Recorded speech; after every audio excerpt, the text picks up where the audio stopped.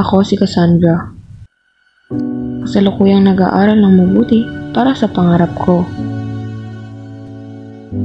Alam niyo, hindi ko alam kung bakit masungit palagi ang unang tingin sa akin ng ibang tao. Pero ang totoo niyan, ay wala naman akong pinagkaiba sa ibang bata. Dahil gaya nila, hangad ko rin ang makapagtapos ng pag-aaral. Maging mahusay sa hinaharap at may pakinabang bilang bahagi ng lipon ng aking ginagalawan. Kung minsan ay may mga taong hirap akong unawain, pero ayos lang, nauunawaan ko sila.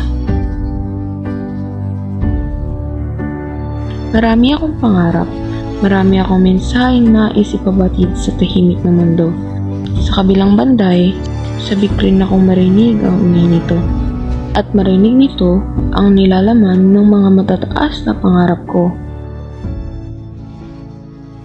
Hindi man ako nakaririnig, hindi man ako nakakapagsalita gaya ng iba. Alam kong hindi ito kabawasan ng kung sino ako. Kailanman ay hindi ko naramdamang kakaiba ako.